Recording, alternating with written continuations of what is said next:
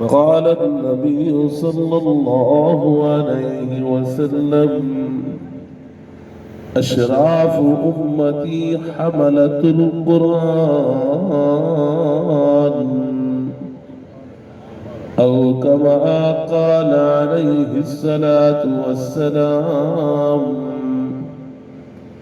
قال حسان بن ثابت رضي الله تعالى عنه في مدح النبي صلى الله عليه وسلم: وأحسن منك لم تر قط عيني، وأجمل منك لم تلد النساء،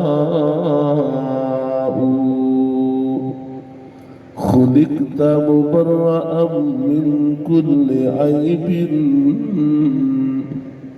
كأنك قد خلقت كما تشاء. تمنا ہے کہ اس دنیا میں کوئی کام کر جاؤں، ہو سکے تو کچھ خدمت اسلام کر جاؤں. یا میرے اللہ میرے جسم میں جب تک جان رہے، تجھ پہ صدقے تیرے محبوب پہ قربان رہے. میں رہوں یا نہ رہوں، یہ دعا ہے میرے دل کی. دین احمد رہے، عزت قرآن رہے. دیکھی نہیں کسی نے اگر شان مصطفیٰ، دیکھیں کہ جبریل ہے دربان مصطفیٰ. میرے ہزار دل ہو تصدق حضور پر، میری ہزار جان ہو قربان مصطفیٰ. محبت عقیدت کے ساتھ پیارے محبوب پر درود شریف پڑھ لیں. اللہم صل. محترم بھائی اور بزرگوں، اللہ کا بہت بڑا احسان ہے. اللہ نے ہم سب کو ایمان کی دولت دی ہے، اور اللہ کا ہم سب پر احسان ہے کہ اس ذات نے ہم سب کو حضرت محمد الرسول اللہ صلی اللہ علیہ وسلم کی امت میں پیدا کیا ہے. اور اللہ کا یہ بھی بہت بڑا احسان ہے کہ اس ذات نے ہم سب کو قرآن کی دولت عطا فرمائی ہے. رات کا وقت تھا، مدینہ منورہ ہے، حضرت عمر رضی اللہ عنہ کا زمانہ خلافت ہے. رات کو گلیوں میں گشت کر رہے تھے تو ایک جھوپڑی سے گزرے. ایک اماں بڑھیا چرخہ چلا رہی تھی اور اللہ سے باتیں کر رہی تھی. سیدنا فاروق اعظم رضی اللہ عنہ ٹھہر گئے اور اس بڑھیا کی باتیں سننے لگے. تو وہ اماں اللہ سے عرض کر رہی تھی: اللہ تیرا بہت بڑا احسان ہے، تو نے مجھے ایمان کی دولت دی ہے. کبھی یہ نہیں کہوں گی کہ تو نے مجھے مکان نہیں دیا. پھر کہا: اللہ تیرا بڑا احسان ہے، تو نے مجھے حضرت محمد الرسول اللہ صلی اللہ علیہ وسلم کی امت میں پیدا کیا ہے. کبھی یہ نہیں کہوں گی کہ تو نے مجھے کبھی بھوکا بھی سلایا ہے. پھر کہا: اللہ تیرا بڑا احسان ہے کہ تو نے مجھے قرآن کی دولت دی ہے. کبھی یہ نہیں کہوں گی کہ تو نے مجھ سے ساری زندگی چرخہ چلوایا. حضرت عمر رضی اللہ عنہ نے جب سنا تو حضرت عمر کی آنکھوں سے آنسو آ گئے. فرمانے لگے: آسمان کے فرشتے اس اماں بڑھیا کے پاؤں کی مٹی کو آنکھوں کا سرما بناتے ہیں. میرے پیارے بھائیوں، اللہ کا بڑا کرم ہے، ہم سب کو اللہ نے قرآن پاک کی دولت دی ہے. قرآن مقدس وہ دولت ہے جو دنیا میں بھی تیرا میرا ساتھی ہے، قبر میں بھی ساتھی ہوگا، آخرت کے اندر بھی ساتھی بنے گا۔ پیارے بھائیوں، جب قبر میں حافظ قرآن رکھا جاتا ہے، فرمایا مٹی پہ اس کو سلا دیتے ہیں۔ قرآن کی وفا اور دوستی دیکھو، مسند بزاز کی روایت ہے کہ یہ قرآن مقدس اللہ کی دربار میں جاتا ہے، عرض کرتا ہے یا اللہ آج میرا پڑھنے والا قبر میں آیا ہے اور وہ مٹی پہ سویا ہوا ہے۔ اللہ فرماتے ہیں اے میرے قرآن تیری سفارش قبول ہے۔